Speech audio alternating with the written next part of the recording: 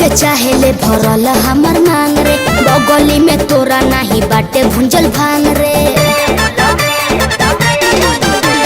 प्यार को के चाहेले भरल हमर मांग रे, बगली में तोरा नहीं बाटे भुंजल भांग रे। बड़े खुदे तू आवारा हमर करबे का गुजारा ढेर, तोहरा से नीक हमर बर होई रे। अच्छा एगो तोरो होई रे, एगो मोरा होई रे। अच्छा जवन मौरा बांधी आई ओकरो होई रे। पागल हुआ तोर दोसरा से शादी अगर होई रे, तो का करबो? वही दिन साला 3 गो मर्डर होई रे। आह कोई बड़ो तोर दोसरा से शादी अगर होई रे, वही दिन साला 3 गो मर्डर होई रे। हाय रे दादा ई का कह देलो? केहू के ना छोड़ो।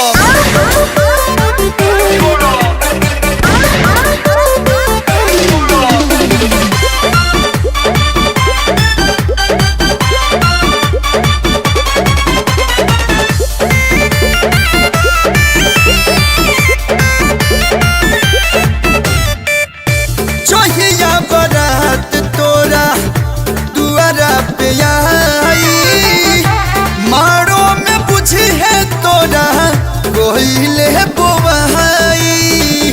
जो मैं बोलता हूँ वो करता हूँ। झूठे खाली फाहू के ले बने ले बड़का, खाए के ठिकाने ना नहाए के तारका। हर चुनरवा निकाली हमर दुआरा ना ओई है, अपन मुंह ना देखै है तोरा। इज्जत के कानी को जे डर होई रे।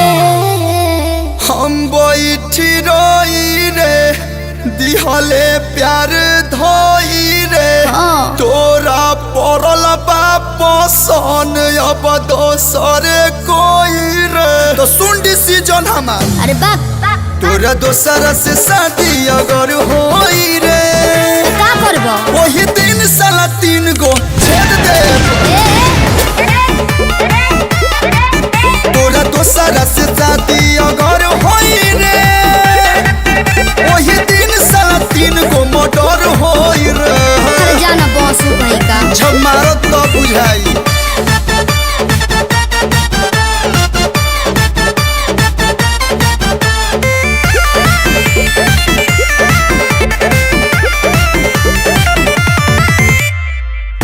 जनऊ से बेसी तो के कैले बानी प्यार रे, आंसू के न हो खबे जेना भइले हमार रे। तू मेरी नहीं हुई तो किसी की नहीं होगी। धोइले गलत बड़ कलू तू रास्ता, लागता कि कर तड़ नशा कोनो सस्ता। बिहार में बंद बा जब रहित सरकारी अति तोहरे दुआरे खुशी हमारा लिए हो से का बड़ होई रे।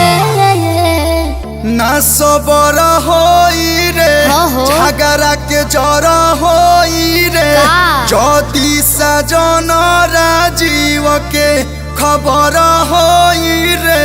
अच्छा चुप रह। तोर दोसरा से शादी अगर होई रे, वही दिन साला 3 गो मर्डर होई रे। मूड बना के आई बोदी में। तोर दोसरा से शादी अगर होई रे, वही दिन साला 3 गो मर्डर होई रे। हई देखो लाइसेंसी है।